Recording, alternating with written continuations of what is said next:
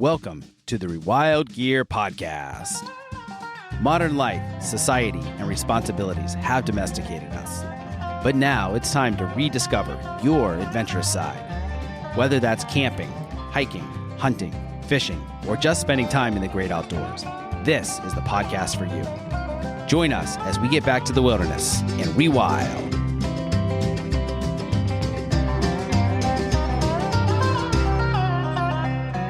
Welcome to the Adventure Made Podcast. I'm your host, Seth Spears, and I'm here today with Derek Wilson.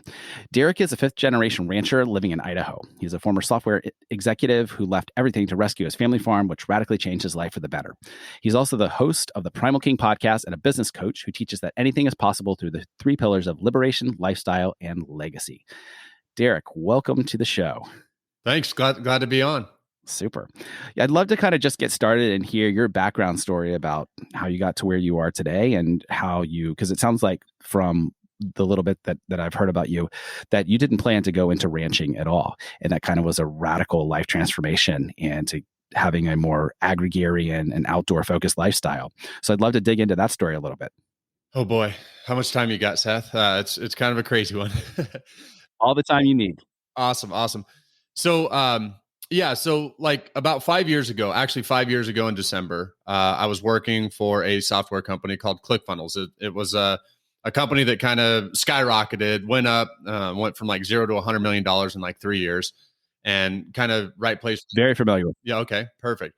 And so I actually had worked with the owner of that, a guy by the name of Russell Brunson, for close to 10 years, even pre-ClickFunnels and everything else. And so yeah, was kind of living the dream, right? Like I'm a small town boy, like grew up in a town of 400 people.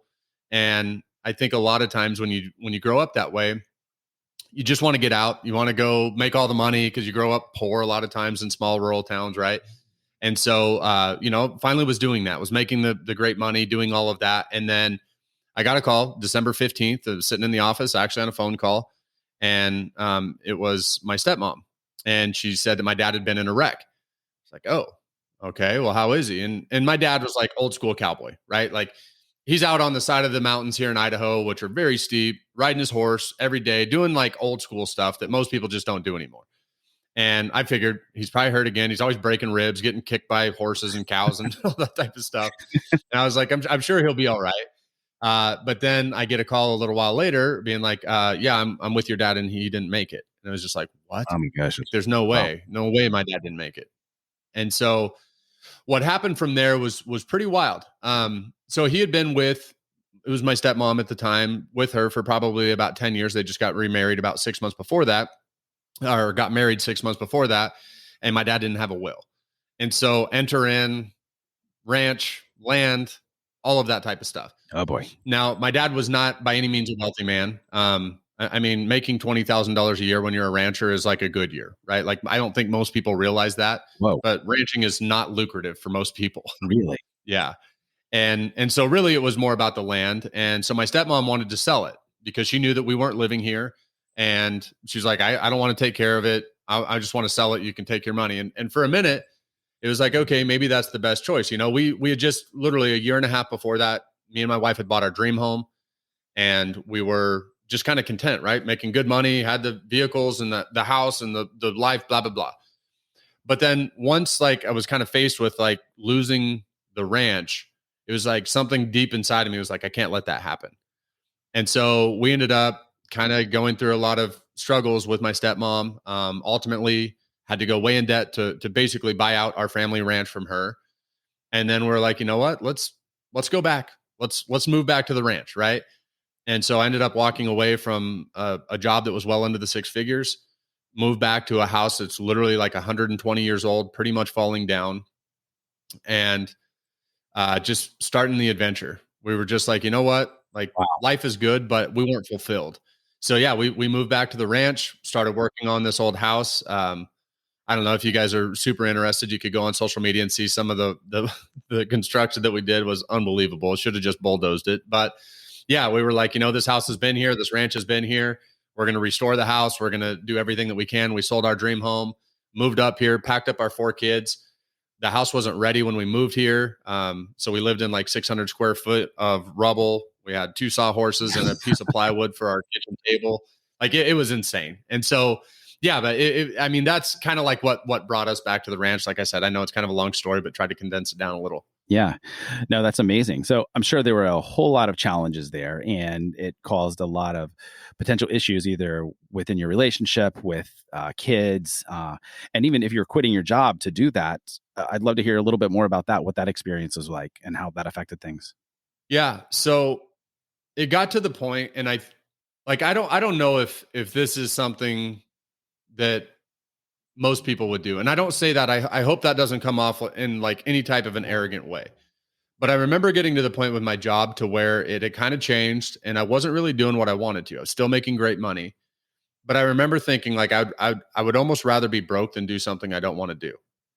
And that meant walking away from a 6-figure salary, meant walking away from benefits. You know, I have 4 kids. So like stuff like that isn't like super simple to walk away from, right? Yeah. But I felt like I had this pull to walk away from that and create my own path. And I was just like, okay, like again, my wife is an absolute rock star. Most people's spouses probably would be like, you're crazy for walking away from your job. You're crazy for wanting us to move back to a town of 400 people. Like the school literally has like my daughter's class has like 7 kids in it. Wow. So I mean, we're talking like very small. But she was right along there with me. And I just told her like, we'll figure it out.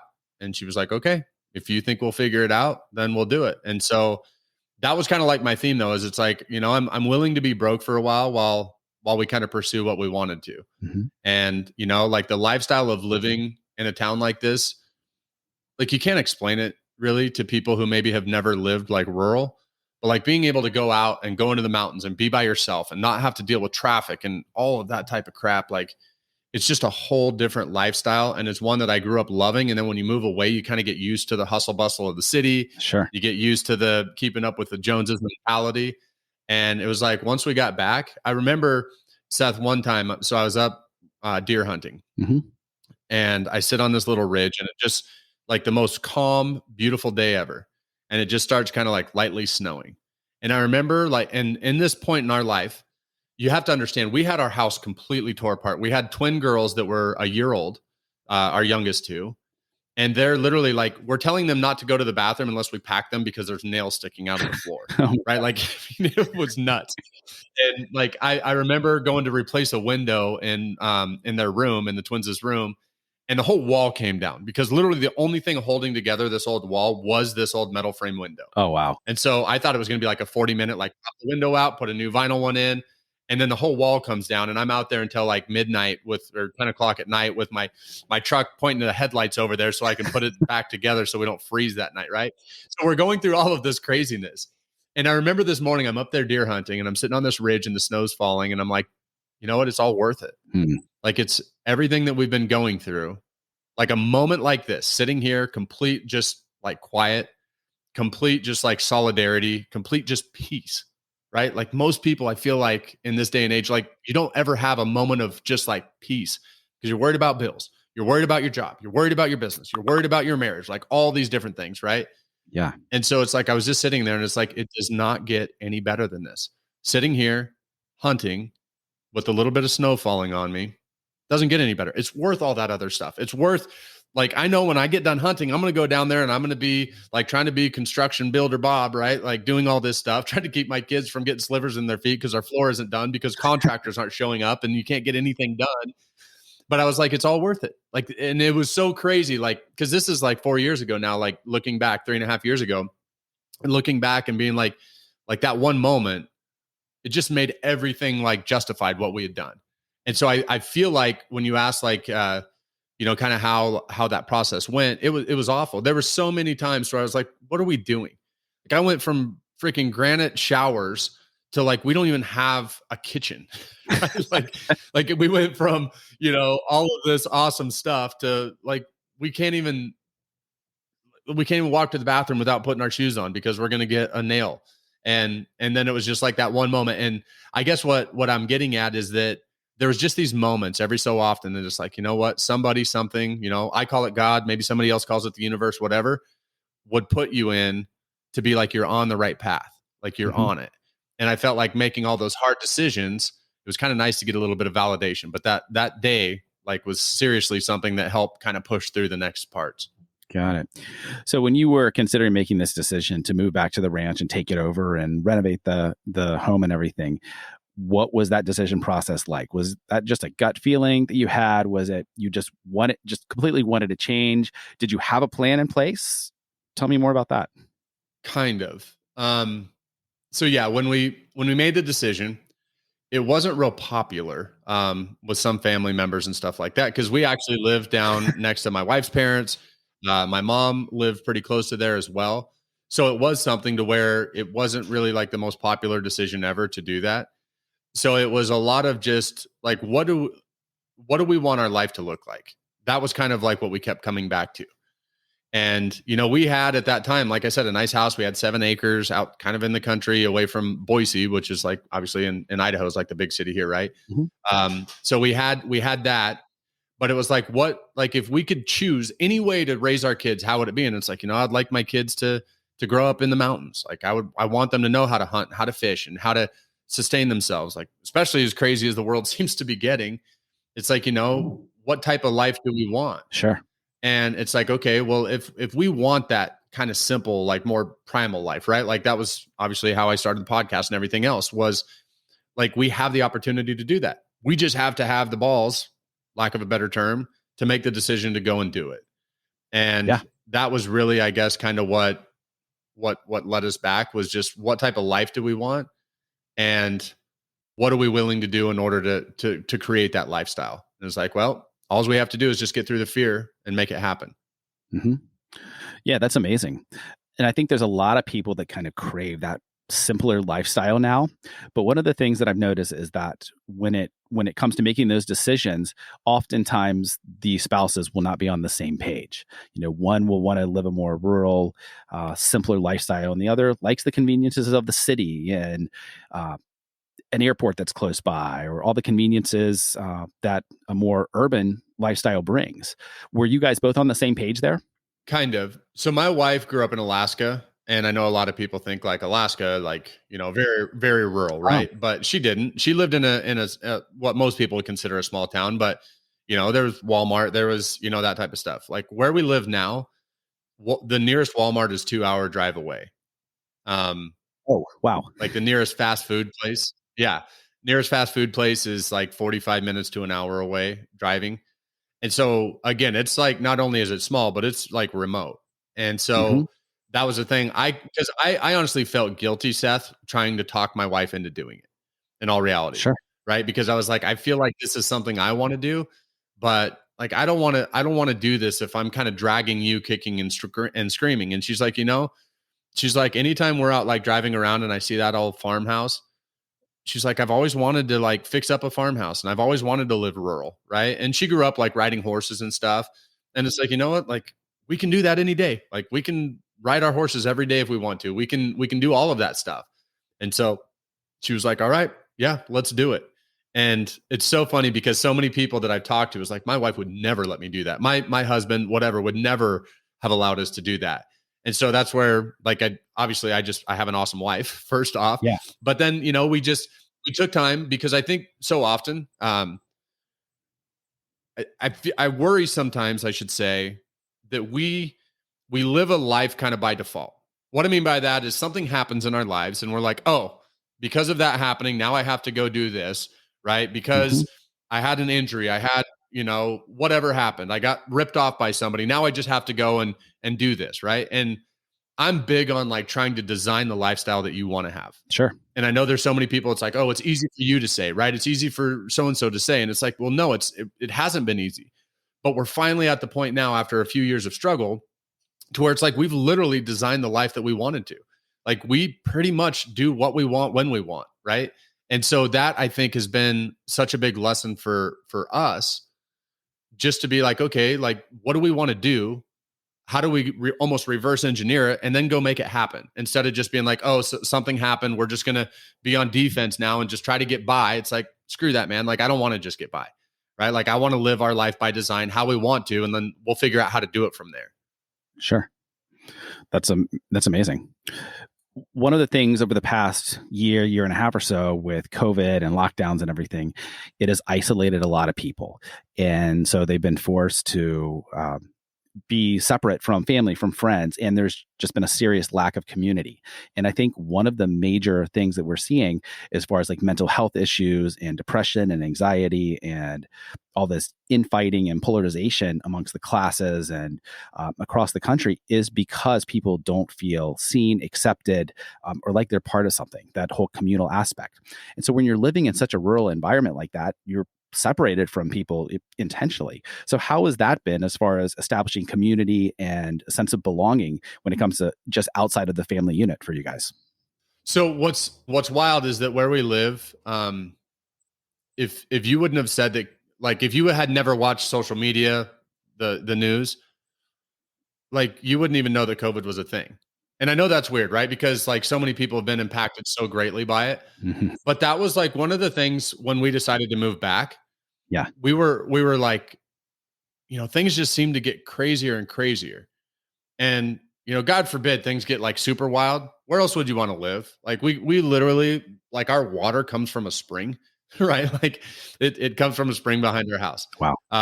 We have a wood stove for heating. Like we have obviously all the beef that we could ever eat. So what's been wild is that we made that decision, not obviously not knowing anything about COVID or any of the stuff that was going to happen. Sure. But when COVID hit, like other than our kids being home from school, like it didn't change anything. It didn't change how we lived one bit. Like maybe if we'd go to neighboring towns or something like that, it would change. So, but then the beauty of that as well is that when you live in a small town, you know everyone, right? It's kind of the cursing and the blessing, right? Is that like literally you know everybody. Yeah. Good and bad. Yeah. And so, if something bad happens, like everyone knows about it. Something great happens, everyone knows about it. But just in terms of like building community, like everyone around here, and it was so funny, like going back to our house construction, I'll never forget this too, like talking about community and how people live here. So one of the guys that was working on our house, so we had hired a contractor, and then I ended up basically kind of having to finish everything. But it was hilarious because I come from like software and I come from business and I come from entrepreneurship, right? Like push, push, push, like work, make all this money, blah, blah, blah. And this dude shows up to our house like at like 10 o'clock in the morning. He's got his fishing pole in the back and he leaves at like 3. And like he's like, yep, out of here, like heading to go fishing. It's like, okay, cool. And I remember being so frustrated by it, being like, dude, like me and my kids are living in squalor. And you're working, like you're showing up at like 10, you're leaving at like 3, and it's so you can fish more. But then I was like, how awesome is that? Yeah. In the same sense, like how awesome is it that this guy isn't working to live? You know what I mean? Like he's just working so he can make enough money that he can go and fish and do the stuff that he wants to do. And so you get a lot of that here. And I sometimes struggle with it, right? Because I'm a pretty high ambitious person and I want to build stuff and like, try to work hard. But then there's also the other side to where like I see the guys along the road fishing and I'm like, that's pretty cool too. Right. And so like with the community here, it's very good. Like you have a little bit of everything, right? Like you have, you know, very kind of, I don't know if you'd say like kind of very just rural people. And then you also have very aspirational people. And so it makes for a good mix. Like I think our kids get a really good mix of that at school, just kind of seeing a lot of different perspectives and everything else. And so like the community honestly has been awesome. Wow, that's amazing. That kind of lifestyle that you're talking about, I think Tim Ferriss calls it lifestyle design, where you're intentionally trying to build out that type of lifestyle so you can live and work and do and play and all the things that you want, and you're very intentional about it. Is that something that you really were focused on when you decided to make that decision? It really was. It really was. Like, and not to say my lifestyle was bad even before, but kind of like I said, like I'd always envisioned growing up rural and kind of living a different life, which is so weird, right? Because the way that I grew up now is so weird and so foreign to so many people. And but I loved growing up just running in the mountains and looking for antlers and you know what I mean? Like just all that type of stuff. And when we started talking about it, it's like, do we want our kids like going, every single day, all day, at ballet class and gymnastics and blah, blah, blah. Right. Or do we want our kids like to be able to climb mountains and use their imagination and, stuff like that. And so just in terms of like the lifestyle and designing it, it was like, this is what I want. And I tell my kids all the time because, and we let them play electronics and stuff like that, but we try to keep it real minimal. And I'm always like, you know what? Someday you'll thank me. I believe that. Like someday, because you're not completely immersed in social media at a young age and all this stuff that I feel is pretty toxic, like there'll come a point where you thank us. And so, like, I'm trying to teach our kids, like, yes, you're growing up a little bit differently, but hopefully at some point down the road, like having learned work ethic, like my daughter, she's 12 years old. Every day she's out feeding her horse. Like some nights we get home, it's dark, it's cold, it's nasty. I mean, right now it's snowing. She'll get home from school tonight and she'll be out there feeding her horse, like teaching them responsibility and work ethic, like that type of stuff. Like I feel like those are the things that hopefully someday, like their lifestyle will be better because of what they're learning right now. Yeah. No, I agree. That's amazing. And it seems like there can be this balance of teaching that discipline, that responsibility, but then also trying to give opportunities where they're around multiple different ideas, business examples, other people and things like that. So just a diversity of opinion and thought processes. And so that's something that I've gone down this rabbit hole of thinking, okay, what is the best option for my own kids, and how should they be in cities? Should they be in a rural area? And trying to balance all that out, because if you just have one, it can be they're not seeing the whole experience of life, and so trying to give them a fuller experience there.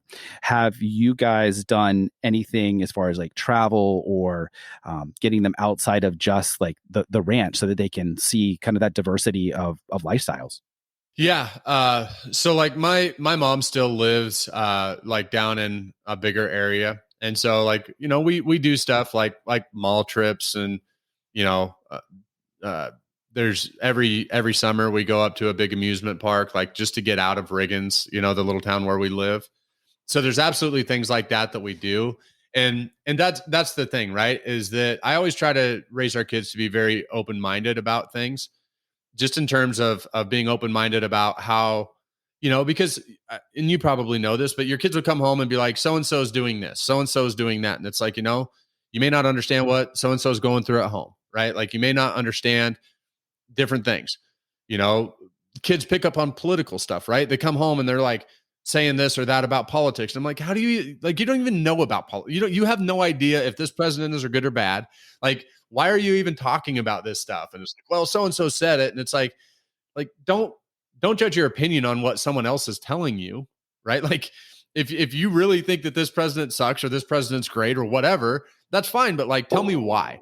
And so that's the big thing. Like I'm always trying to push our kids to Critical thinking. Yeah, exactly. Like critical thinking. Just because somebody says that, a politician is good or bad, like hopefully you're willing to look into it enough. And I mean, maybe this goes for all of us, right? Not just kids. But yeah, again, like actual critical thinking and thinking about issues and stuff like that. Like if you want to be political, great, but at least like do a little research and maybe have some backing to what your beliefs are. Yeah, agreed.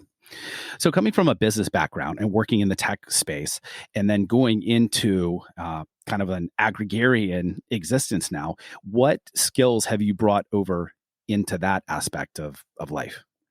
So work ethic is always, to me, number one.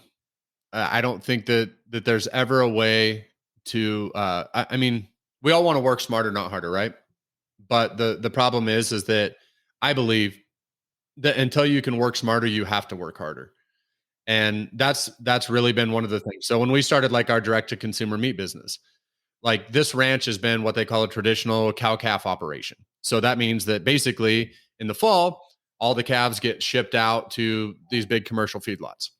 So when we decided to do our own direct to consumer meat business, we were like, okay, how are we going to get through this? And it's like, well, we don't know enough about it initially to work smart. So what we're going to do is we're just going to commit to working really hard and figuring it out and working really hard and figuring it out. And then hopefully over time, we'll work hard enough to where we learn enough to where now all of a sudden we can start working smarter. But I think so often what we do is we want to start at the work smart, right? We want to be like, okay, yeah, I want to build a house and I want this to be as efficient as I can. And, I don't want to work too hard when I'm doing construction or whatever it may be. And it's like, well, the only way that you can work smart, in my opinion, is first you have to like work hard. You have to figure it out. And then you're like, oh yeah, I don't want to do it that way because that way takes like 5 times longer. And it's actually easier to do it this way that I figured because I've been working hard at it. And so like that's one of the biggest things that I feel like kind of going from any I mean it's the one skill set in my opinion, or the one thing that is absolutely transferable, whether it's working software, whether you're in sales, whether you're in construction, whether you're in farming, ranching, whatever. Like typically the people who work really hard and then they use that hard work to get smarter and better, those are the people who usually are successful in just about anything. Sure. And the people who just commit to working really hard forever and never try to get smarter, right? Like then you're probably just working really hard for a low wage, and that's not great either. Yeah. Or if you go to the other end of that and you just try to work smart and you're lazy, you're probably not going to be successful. And so that's really been one of the big things that we've always tried to be, is like, let's work really hard. Never let our work ethic be the reason why we fail. Right? Like that just can't be. We can't let our work ethic be the reason why we fail at this. And if we work hard enough for long enough, because anything you start, like you suck at, right? Like anything, podcasting, it doesn't matter. Like my first few episodes are probably just awful, but it's like most people, I feel like, and this is again kind of coming back to kids, I feel like most people aren't willing to suck at something long enough to get good at it. Yeah. Right. Like that's something that I firmly believe. Like so many times, like even my kids, like my daughter, when she first started playing basketball, she's like, I suck at it. I'm not good at it. It's like, well, are you willing to suck at it long enough to where you can actually like suck a little bit less? And then maybe if you keep playing, you'll suck a little bit less. And then you might get to the point to where you suck so little, you're actually good at something. Mm-hmm. Right. And like that perseverance, that work ethic, to where that's kind of how, like with our business, when we made the transition to starting this business, is like, we know we're going to suck at it. We're not going to be great at probably on the social media side. We're not going to do any of this stuff great. Man, if we just suck a little bit less every day, maybe at some point this will be a really, really awesome business. And that's kind of, I think, what sustained us through the last couple of years. Yeah, that's a great lesson, because there's so many people, and especially the way we tend to coddle children these days is, they're given the participation trophies and, oh, you're great just as you are. You don't have to do anything, and just go and do the activity, but don't actually work that hard. So I think that's a great point, that you got to be willing to suck and realize you're not going to be great at it at first, but you got to put in the work and effort until you actually build up that skill set and those muscles so that you're actually decent at it and get better from there. Well, it's not fun to suck at something, right? Like it's not fun if you do something, you're like, I am absolutely terrible at this. But I feel like, again, like to your point with kind of the participation trophy, like generation and everything else, is that like, it's okay to struggle. Like, I think that that's something that we've built into like this highlight reel called social media, is that we only see the great spots, right? Yes. And I think most people don't understand that it's okay to fail, and it's okay to struggle, and it's okay to go through that stuff. Now, yeah, you don't want to struggle your whole life. I get it. But I mean, without struggle, there's no growth. There's no character. There's no lessons. And like, I worry that as we get kind of further along and more technology and things become kind of easier, that we're losing that. We're losing the like character to go and suck at something and to fail at it, but then to kind of pick yourself back up and go again, like I worry about, like, do you worry about that? Yeah, for sure.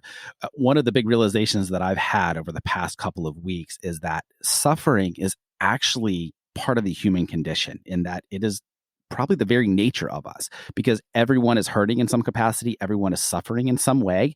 And it's just part of who we are as a species. And we're all trying to elevate and rise above that. But I don't think we ever fully can. And so maybe that's just part of the journey that we're on in life, is that that's where we learn and grow. And we just have to accept and embrace it, and not just think that, oh, we have to get past it right away and get to the elevated state or to where we're perfectly happy or just the goal that we're trying to reach, but just enjoy the journey. And that's a really hard concept to grasp. And I'm still trying to wrap my head around it. Yeah. Well, and that's been one of the things. So for me, if we hop in a car, in our car, and we're going on a road trip, my wife's grandparents live in Seattle, like an 8-hour drive.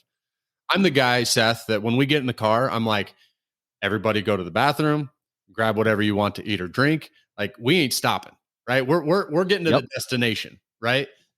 My wife, 100%. Yeah, my wife, she's like, let's stop here and go and sightsee. Let's, what's that sign say? Let's go there. Let's let the kids out and run around in the McDonald's playpen, whatever. And I'm like, no, like, we're getting there. And I started thinking about it, and I'm like, it's so funny, because sometimes in life, like, I find myself being the exact same way, right? It's like you get so destination focused that you don't ever actually like have fun in the journey. And that's been something that I've tried to step back at as we've kind of gone through this process is be like, man, just enjoy the ride. Your kids are young, because there is part of it's like, man, our 4-year-olds just finally started going to preschool. Like, thank God, like I've been waiting for that. And then it's like, man, that's kind of sad. Like our last kids are now in preschool. Yeah. And so like, I think as you get older, maybe you get a little more perspective, but I'm just like, I'm ready for it to slow down. I've been like, let's get the kids in school and let's get them out of the house and then let's golf and blah, blah, like so much stuff that us guys, I think, really like to do. Like once my kids are a little older and they're out of the house, they can leave me alone and I can finally golf, or I can go hunt more, or whatever it is. Yeah. And now I'm kind of getting to the age to where like, I don't know, man. Like I'm not really wanting it to go that fast anymore. I want to enjoy the journey more. Yeah, totally. I've heard it said that expectation is the greatest cause of unhappiness. And I think there's a lot of truth in that, because like you said, when you're on a road trip or something, you just want to get there, as opposed to just enjoying that journey to see where it leads. And the example, I guess, that I would use. So when I was in college, I was in a fraternity, and, there was a party coming up this weekend, and we're setting all these expectations and this anticipation about it. Oh, it's going to be a crazy rager. It's going to be so much fun. And then it's like, you're let down because it can't meet the expectations that you set up in your head, the build up. And then there would be like a random night where me and my friends would go out on a Thursday night. Oh, let's just have a beer, and it would turn into something crazy. And we just had so much fun. Like, where did that come from? Like no expectations at all. And it just turned into something so fun and amazing. We still tell stories about it years later. And so I think that's how a lot of life is, Yeah. Well, and it's, I don't know, because you'll hear people that will talk about the end goals. You got to have the end goals. You got to have all that stuff way down the road laid out. And I understand that. I agree with that. But sometimes like I worry that we get so focused on what we want our life to be like in 5 years that we have no life now.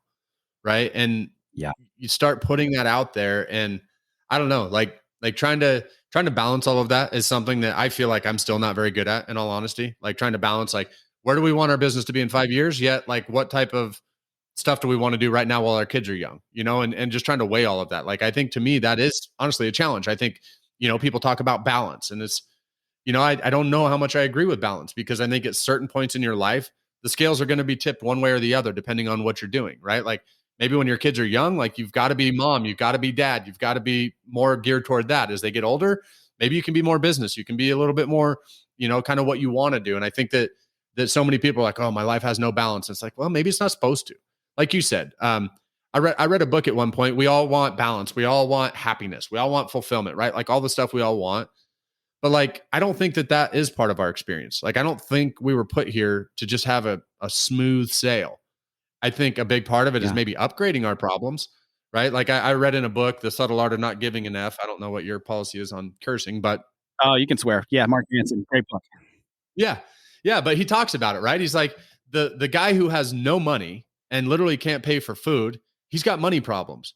Warren Buffett, who has all the money you could ever want, like he has money problems, but they're not equal problems, right? Like the point of this may be to have better problems. And I've thought about that. Maybe as your business gets bigger, you still have problems, but hopefully they're better problems, right? Yeah. Like in life, maybe your marriage is always going to have problems, but hopefully like your marriage at 20 years aren't the same problems that you had when you were dating and wondering if you should get married, right? Like hopefully they're better problems. Mm-hmm. And so I think that like for me, I've tried to keep that in perspective too. Like as you go through this, like I don't want to have a life with no problems, because I know that's not real. Right? Like I know I'm going to struggle. I know there's always going to be things, but like maybe they'll be a little bit better. Maybe the problems will be just a little bit better every year as I get a little better at this thing, right? Like maybe the problems will just be a little better.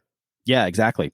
When I look back over the years in my own life, and when I was an early entrepreneur and starting a business, you're so set on these goals, or trying to make this much money or get these clients or have this many sales. And it's this goal and objective. But then when you step back and you look at it over the course of a decade or more, and you're like, oh, the time when I actually enjoyed it the most, was having the most fun, it was early on during the struggle. And when all of a sudden you made a little bit of money, and in hindsight, it was not a lot at all, but it set like an example for yourself of, oh, I can do this. And it was like a mountain that you're getting over, or not even a mountain, just like a small hill, but it set this example of, oh, that's huge and we can do this.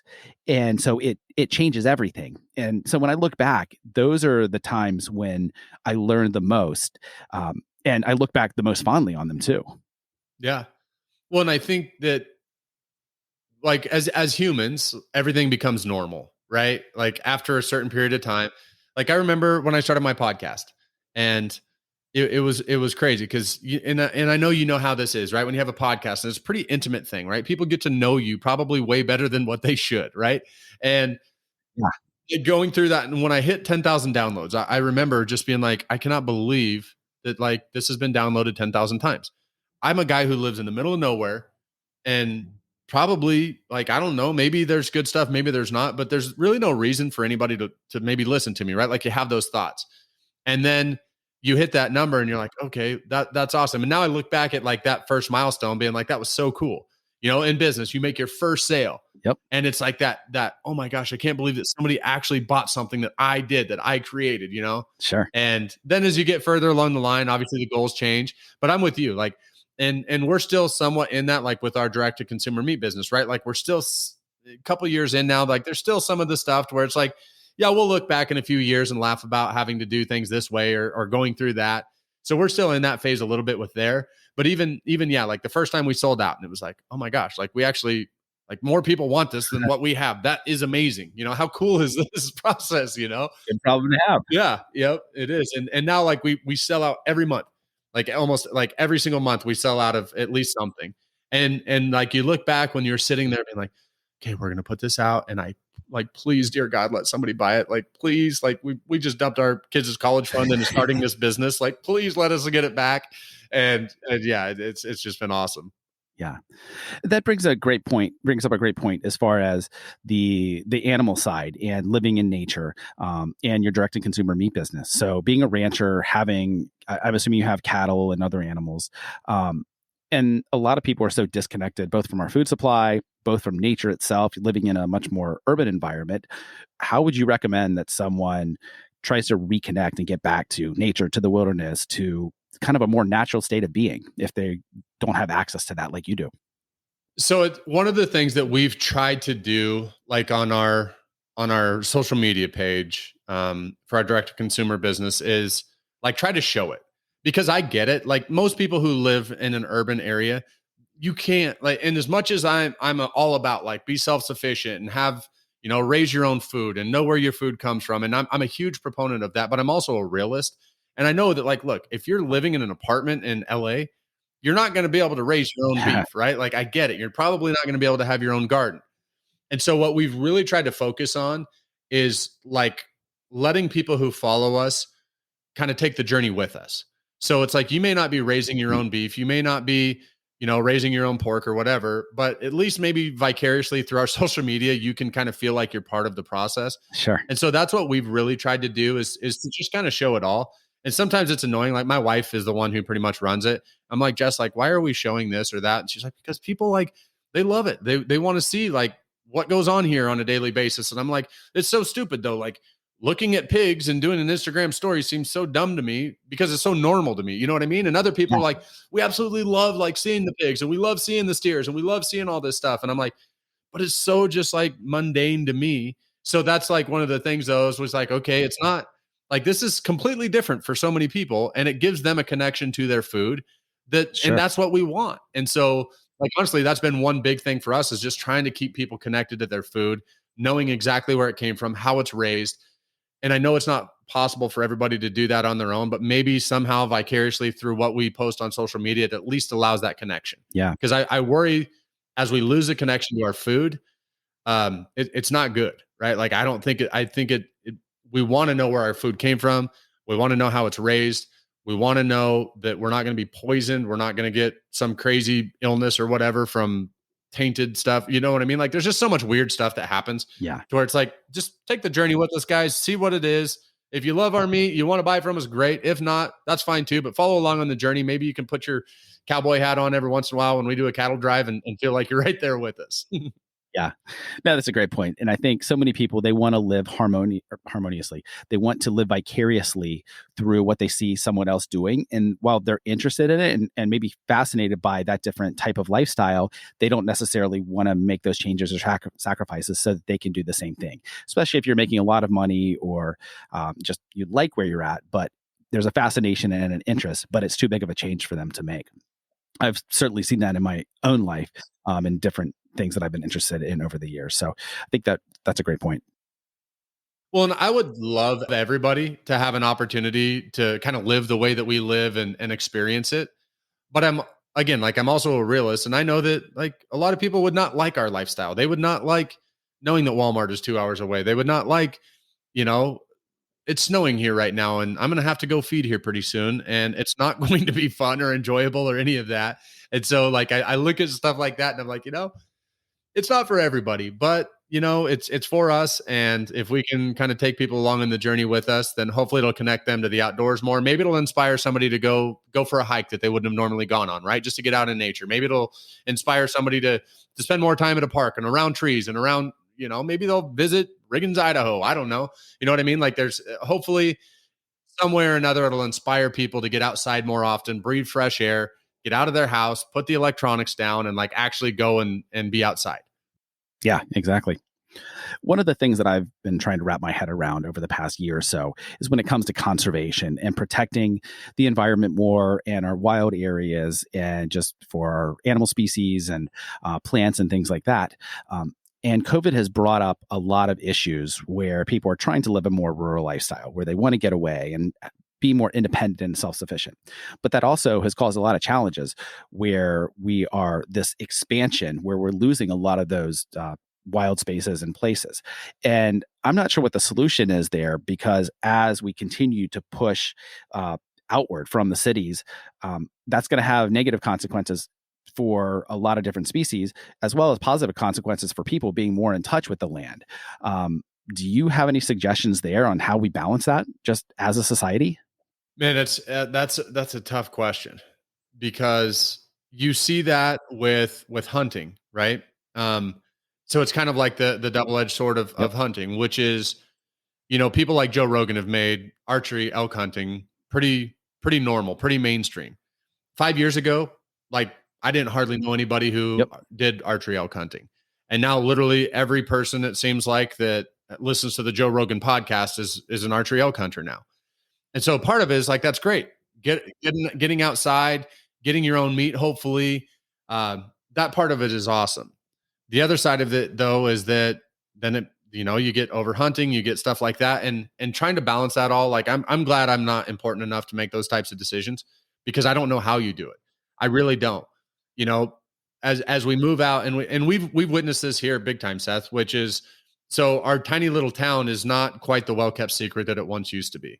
As more and more people like they've had crazy lockdowns, and I mean, we don't even have to get into that, but like Washington and Oregon, who border us, have had insane lockdowns for so long. And those people are just fleeing. They're just fleeing left and right to come to Idaho. Yeah. Which is, again, awesome. They want to come here. They want to be a part of Idaho and all its beauty and everything else. That's great.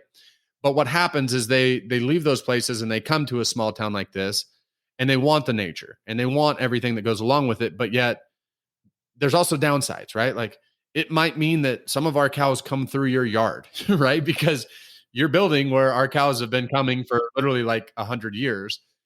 And so that's creating some problems, right? Like as people expand, and it's like, I don't want to live in Portland, but yet when I come to Riggins, Idaho, or, wherever it may be, I still want that same type of life. And it's like, no, this is completely different. And so as you expand out and you start understanding like everything that comes along with that life, I'm all about people expanding and coming here. Like I would love to see my daughter's class have more kids in it, right? I'd love to see our town grow. But I worry about the growth at the expense of kind of what makes some of these places awesome. Sure. And so again, balancing that, like I'm not the damn Californians moving into Idaho. Like I'm not that person, right? Like I think Idaho's plenty big, and there's lots of people who would say that. But I'm more along the lines of, if you come here, it's kind of like I would expect, like if I go to a different country, like I don't want to go to your country and be like, you need to be more American, right? Or go to California and be like, you need to be more Idaho. And so it's like, I hope that we can kind of keep the balance of like people that are coming in, shared values, things like that, to kind of keep this thing rolling. Yeah.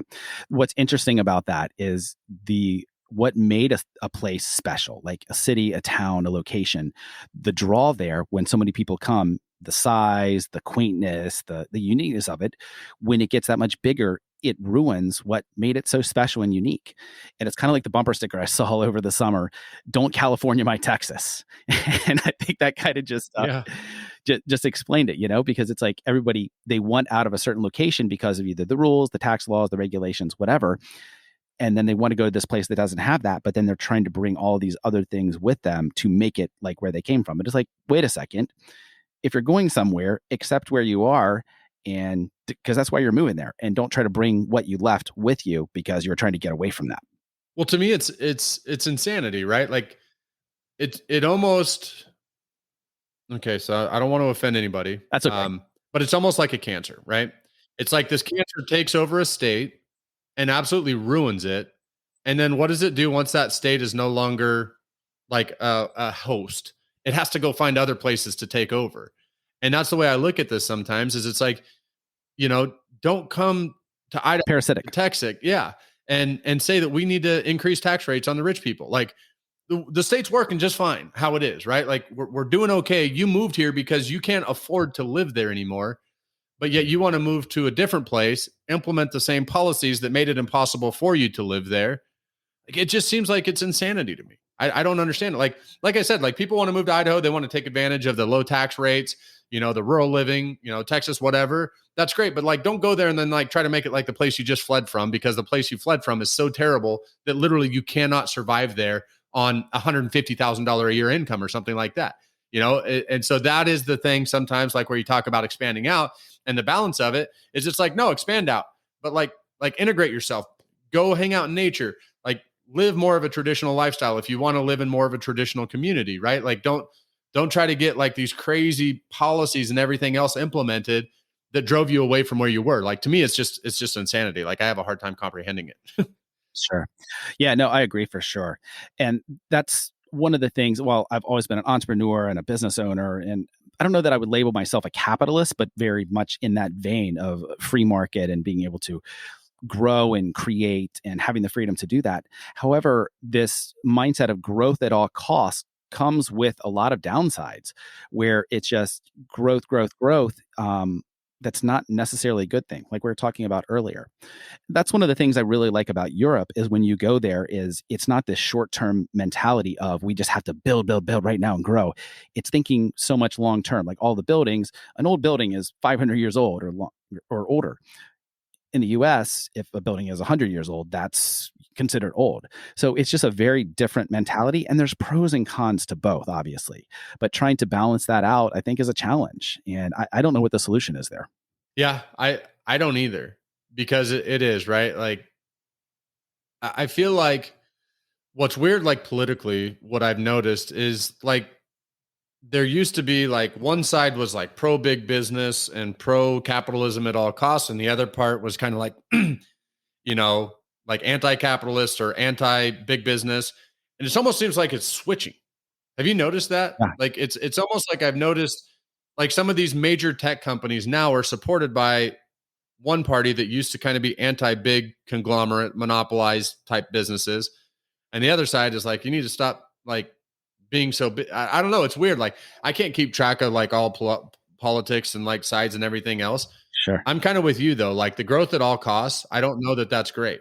And even in your own life, right? Totally. Like I don't know if you're just going to be like, I'm just going to grow at all costs, like I'm going to leave my wife because she's in this backwards mindset. It's like, maybe like try to take her along with you or something. You know what I mean? Like growth at all costs, I'm not sure is ever a great idea, because you have to make such huge sacrifices and other things. It could be, it could be pollution, right? It could be all kinds of different things. If growth is the only thing, and that's what worries me about like kind of where we're headed, because I'm like you, like I'm 100% a capitalist, but I also believe that there has to be restrictions on that. Like I'm 100%, I should say, in favor of like going and doing and creating and building and making as much money as you can doing that. I'm all for that, but it also can't be at the expense of someone else or something else being hurt, pollution, that type of stuff. I don't know. It's another tough one, right? Like where do you fall on that? Like how do you feel like you could balance that? For me, I guess the way I look at it is the regulations and things like that coming from the government or political entities or whatever, that's not the best way to handle it because they're always going to look out for their own self-interest. I think we just as individuals, we have to think long term and not just be so selfish or think about ourselves where we're maximizing our own income or our own business, but look at, our family, our community, and think much longer term about it. So what is the outcome from this, not just for myself, but for everyone else? So we're thinking just more locally, I guess, and locally and bigger picture too, and not just being so one dimensional about it. But again, I don't know where that balance is. Well, no, and I even think that like our previous talk about like as people expand and everything else, because there are a lot of people like in our little town that are like, don't let anybody else move in here. This is, it's already too crowded. And it's like that way of thinking is not thinking long term because people are going to move here. So then it becomes a question of, okay, we know this is going to happen. Like, how do we facilitate good growth then? And I think that that's where sometimes like rather than just resisting the inevitable, like how do we understand like maybe how to point this in the right direction? That's the way I look at, like with your business, like hopefully your business is always going to grow, but at the same time, is there something to where, you can do it in a way that's smart, responsible, all of those things? I don't know, because there's always probably going to be somebody there that's like, I don't care about any of this stuff. I just want to make more money, right? Like I don't care what it takes, what it costs. I don't care about the rivers. I'll be dead by the time, but until between now and then, I'm going to have a bunch of, hookers and blower, whatever. Like, you know what I mean? Like there's going to be people that do that, and there probably has to be some oversight, right? Exactly. Yeah, for sure. Derek, living in a rural area and on a farm, on a ranch, what's the biggest lesson that you've learned through that experience? I think one of the biggest lessons that I've learned living this way is I kind of feel like it's like no one's going to come save you when you live like this. And it doesn't mean that you don't have community neighbors that are unwilling to help you. But so often I think when you live very rural, you find yourself in situations to where no one's going to come save you. Like I remember I was out, we call it horn hunting. Some people call it shed hunting, whatever. And I was in my Can-Am. Shed hunting. What's that? Shed hunting. Yeah, totally. Yep. So I was in my Can-Am and I see this big drift, and I'm like a long ways from our house up in the mountains. See this big drift, and I can make it through that. And if I can't, like my winch should be able to reach to that tree, so I'll pull myself out. So I hit it, get buried, absolutely buried. Now I'm real smart and didn't bring a shovel with me. And so it was like, no big deal.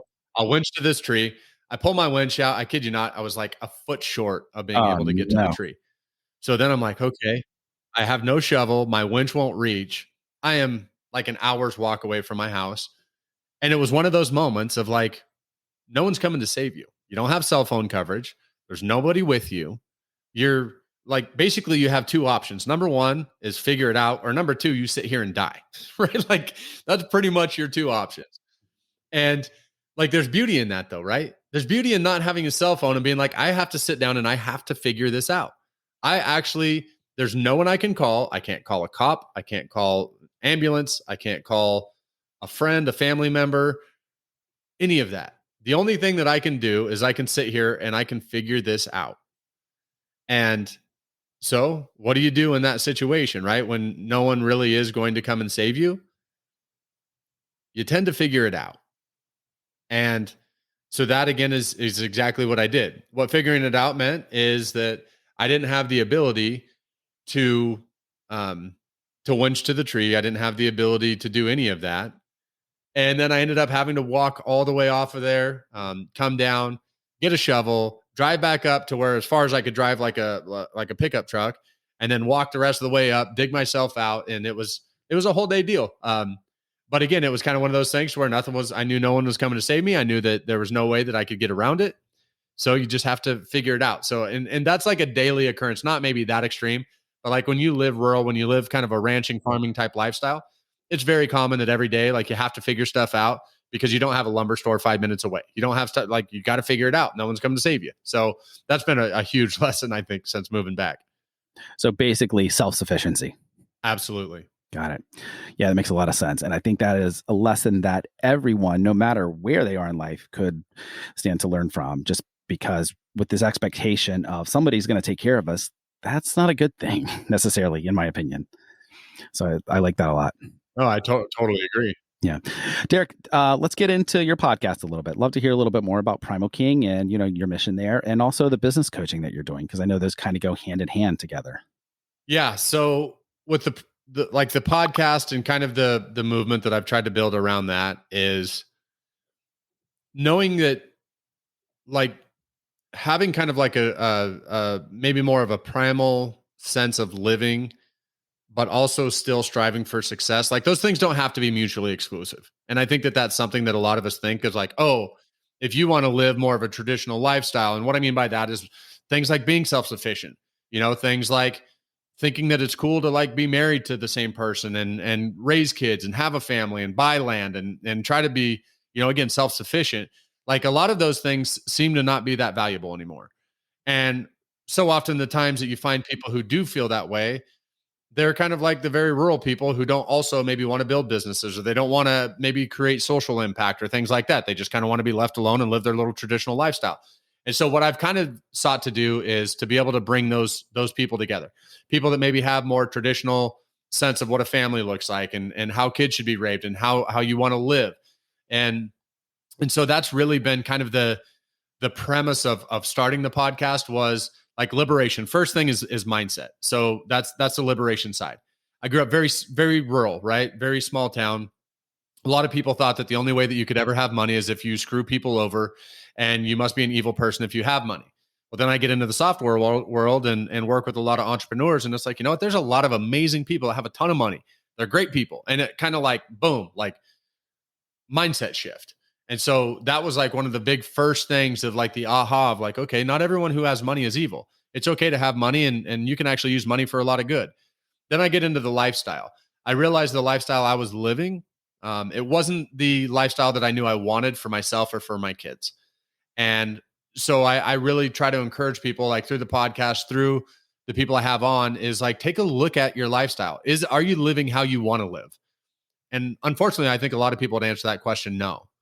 And if you're not, then why aren't you? Why aren't you living the lifestyle? Do you understand that you have a limited amount of time in this world? You have a limited amount of time that you literally can be here. Why would you spend it living a lifestyle that you don't want to live? And so really just kind of questioning that, and getting people to stop and think about that. And then lastly is legacy, doing things that are bigger than us. Coming back to a ranch that's fifth generation. This ranch is so much bigger than me, Seth. Like, I'm technically, own the ranch right now, but this is something that hopefully will go into my kids and their kids and everything else. And so, like, how often do we get so stuck in a day-to-day grind that we don't ever think about anything bigger than us? We don't ever actually think about, like, is what I'm doing now going to leave an impact? Is it going to help people? Is it going to create any type of a legacy? Or am I in such a scarcity mindset that the only thing I'm worried about right now is making enough money to pay a rent and to pay my bills? And most of us live that way. I know I have a lot of my life. Like we're not worried about anybody but ourselves. And it's literally like, what can I do to get by until the next paycheck? And then after that, what can I do to get by until maybe I get a bonus?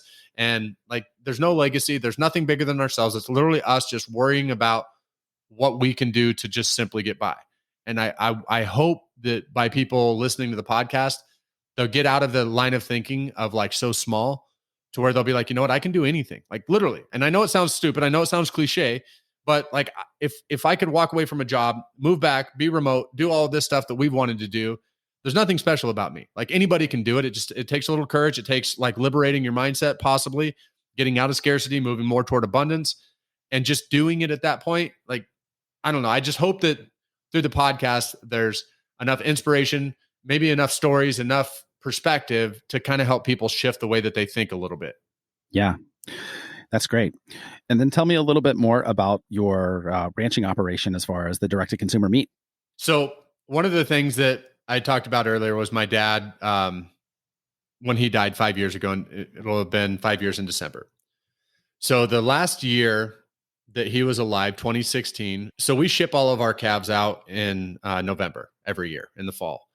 And that's when you get like your one big paycheck for the year when you're a rancher. You sell all your calves, they give you what hopefully is a pretty big check. And then they take all the calves away. And the very last year, my dad had a rough year. Calves weren't as high, blah, blah, blah. So I'll never forget Seth sitting there, and it was me and my stepmom and him. And my stepmom, had just gotten the check or whatever. And she was just like, Dave, what are we going to do? That was my dad's name. Dave, what are we going to do? And I remember the look on my dad's face, and he was just like, I don't know. I don't know what we're going to do. Because again, like you or I, maybe in a business, we could maybe run a promotion, or we could, do something to maybe sell some more, whatever, hit our email list or whatever, right? Well, you can't do that when you're a rancher. Have a launch. Yeah. Yep. Yeah, exactly. But when you're a rancher, like you can have the best calves. And our calves here are historically some of the best calves, cows, calves that there are around because of the water and the way they're raised and the feed and everything else, right? But it doesn't matter. It doesn't matter how great your calves are because there's still a market. It's a commodity, right? Like it's $1.50 a pound. It's $1.20 a pound. It doesn't matter how great they are. It just matters what the market is at. And so I remember sitting there feeling just freaking horrible.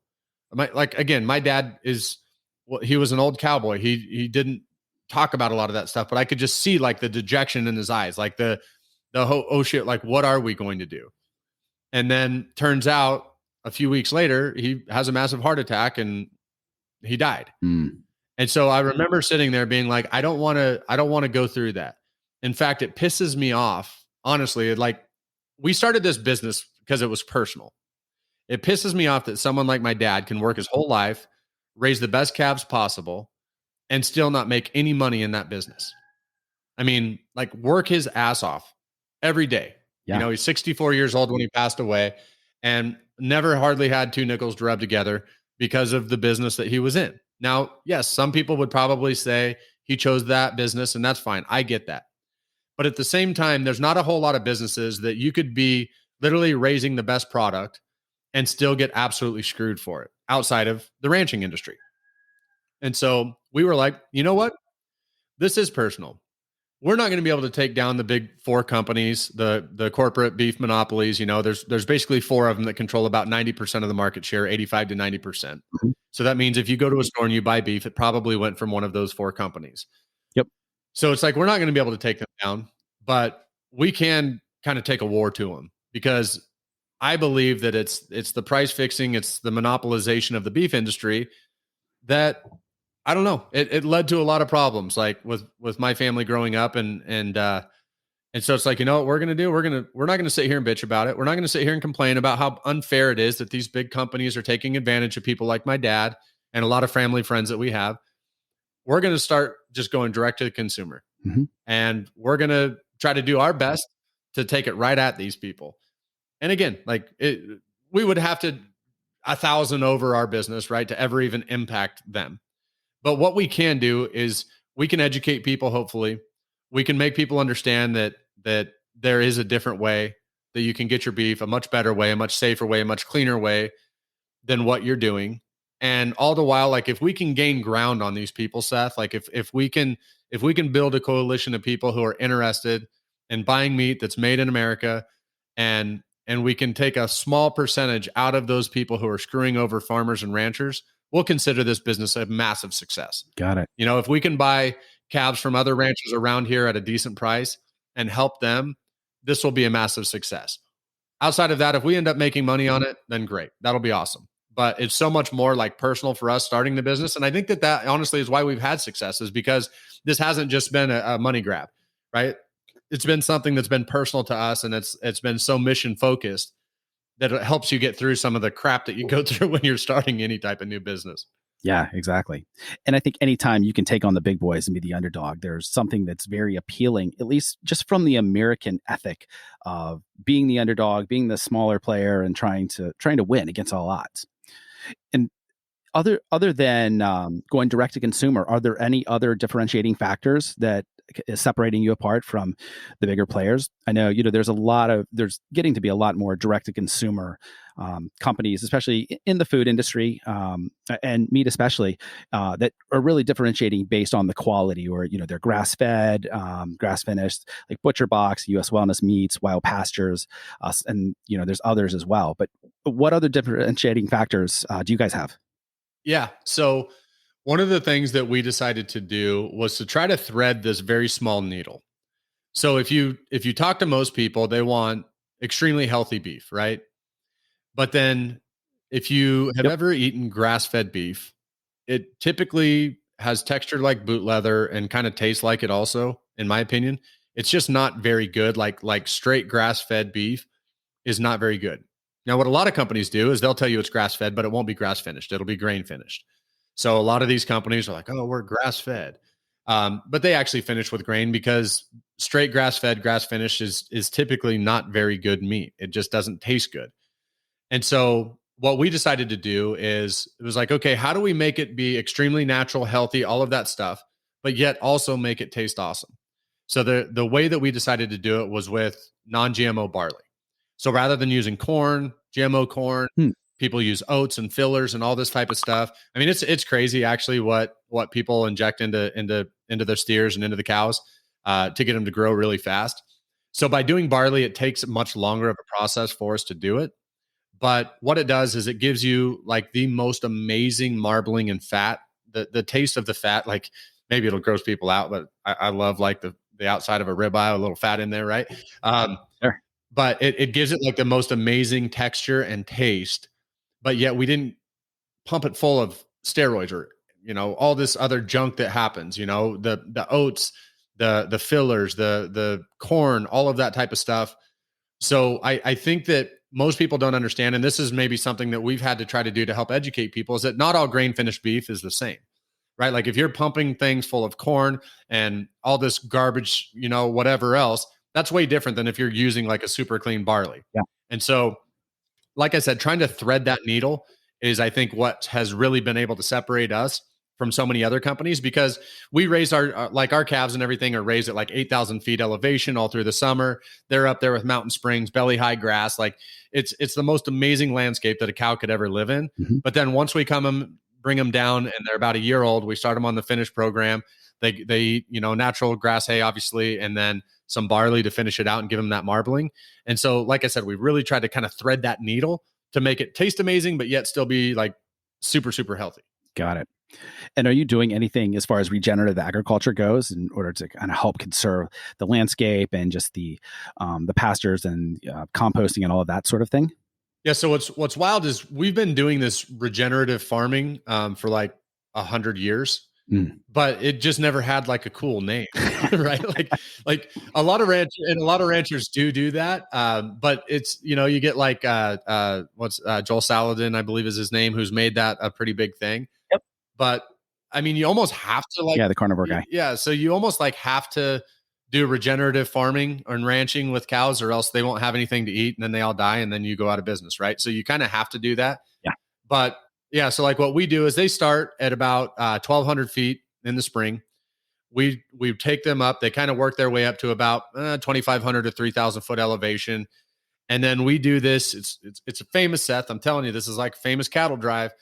We call it over the top. Okay. And we take them from there all the way up over about 8,000 feet and drop them back down into about 6,000 feet. And so this is where we're all on horses. Just one of the coolest trips you could ever do, moving like 350, 400 head of cows up over the Rocky Mountains and blah, blah, blah. It's super cool. Like you guys can check it out on social media if you want to. Yeah. But we bring them all up and then they spend a whole summer up there. And then in the fall, they come back down kind of behind where our house is. We have fields and stuff up in the mountains there. So they make basically this big, huge circle every year.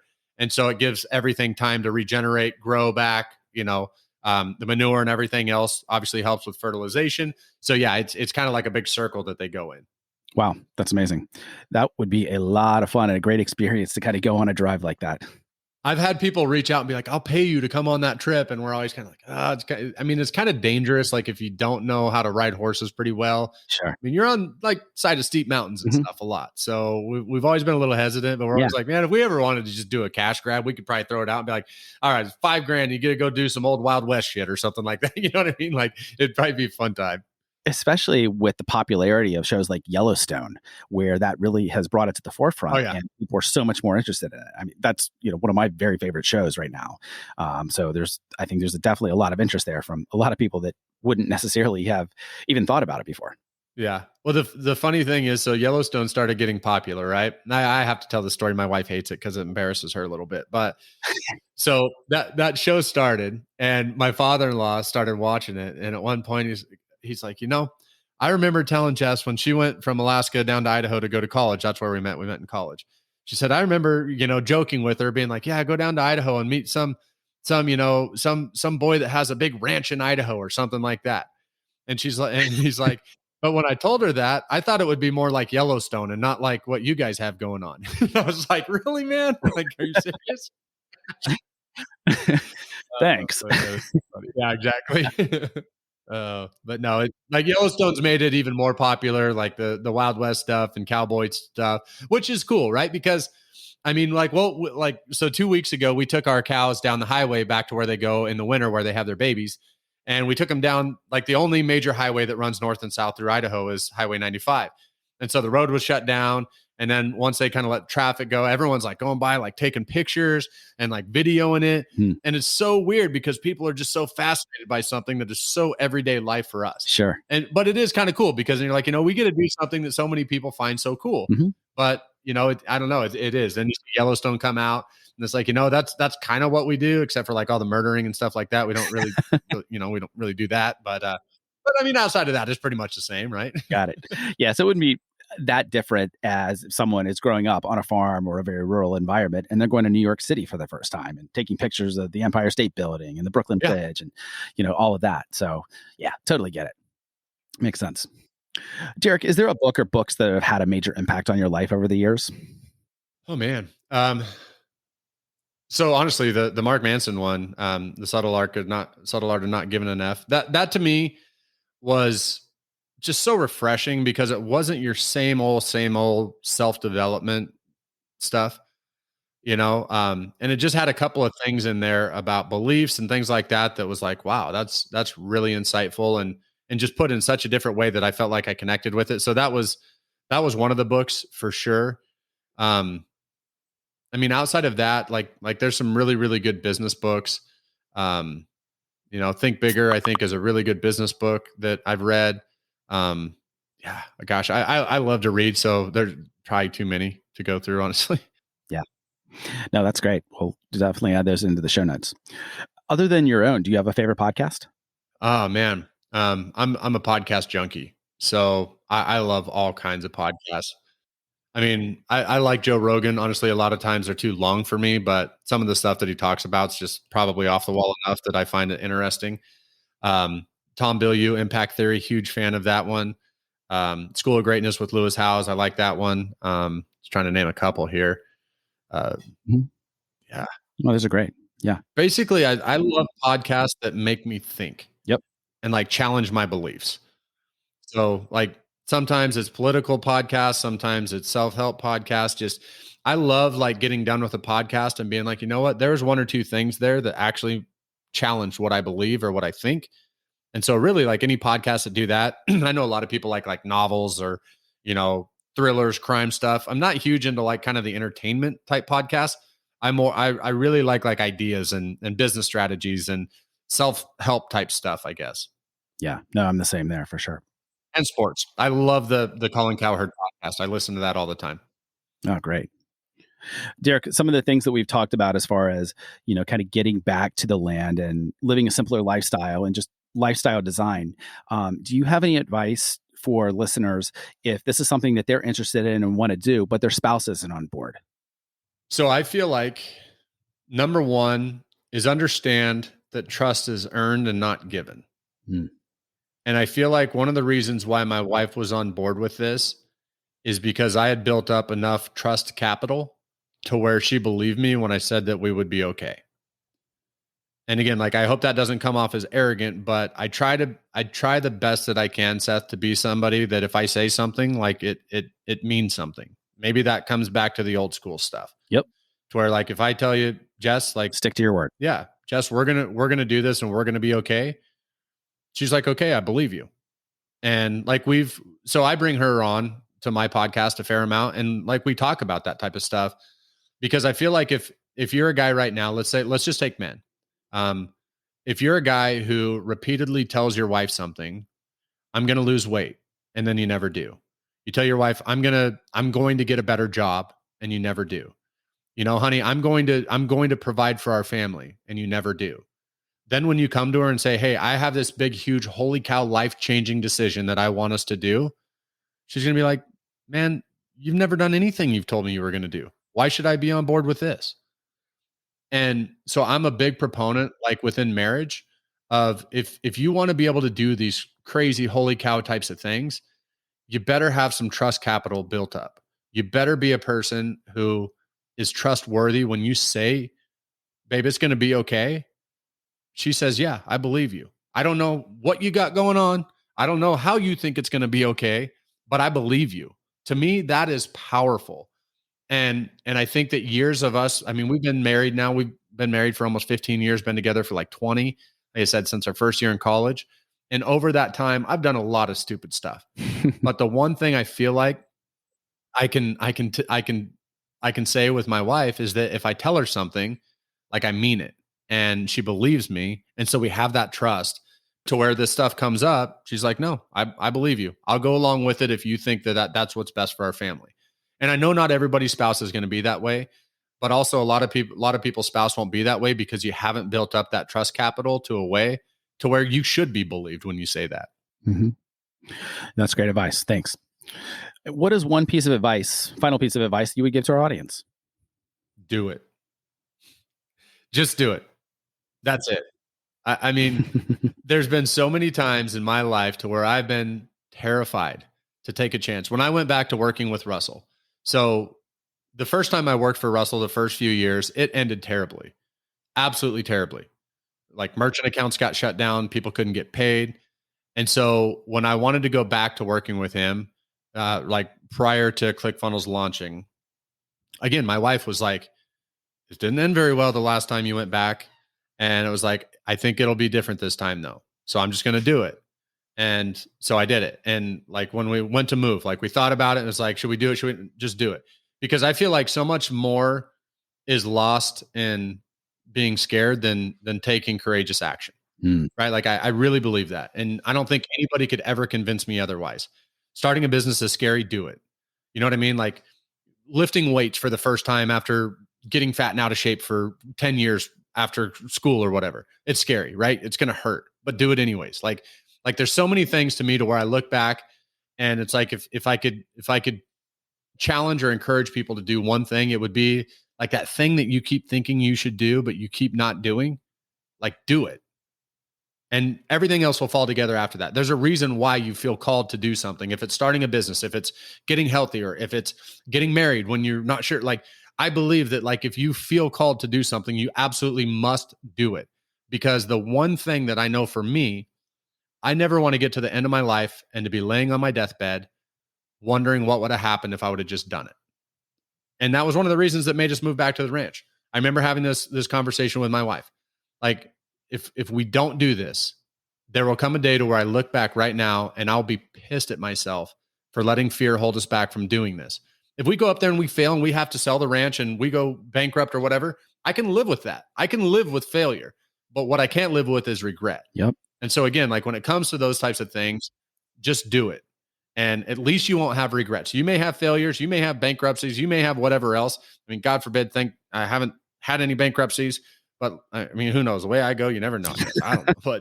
But no, the reality is that like I know what I won't have, Seth, is at least I hope every day and I pray every day that like I won't have regrets. When I get to the end and I'm laying there, hopefully in a bed, surrounded by my family, I can be like, you know what? I did this thing called life full out. I didn't not do something because I was scared. I did not do something because someone was going to say some stupid shit on social media about me. Like, hopefully I can with a clear conscience be like, I did it. I did everything I could. And if that's the advice that I could pass on, like, just do it. Like, don't worry about what people say. Just freaking do it. And then don't worry about regrets. That's great advice. And I think that growth only happens on the edge of your comfort zone. And so pushing past that and just living a life without regrets and listening to your own intuition and your heart, that's fantastic advice. So thank you for sharing that. Derek, this has been so much fun. I really appreciate your time. Where can our audience go to learn more about you online? Yeah. So pretty active on the gram, on Instagram, at primal.king. So on Instagram, it's just at primal.king. Websites, primalking.com. Podcast, pretty much anywhere people can find podcasts, iTunes, Spotify, blah, blah, blah, all of those. Just search for the Primal King podcast. So yeah, I mean, probably the most active spot though is Instagram. Great. Derek, thanks so much. Really appreciate your time today. It's been a lot of fun. And for all you out there, until next time, stay wild. Thanks for listening to the Rewild Gear Podcast. You can check out the show notes for today's episode at rewildgearpodcast.com. If you're ready to spend more time in the wild, our line of high-quality, minimalistic outdoor gear can help you do just that. Check us out at rewildgear.com.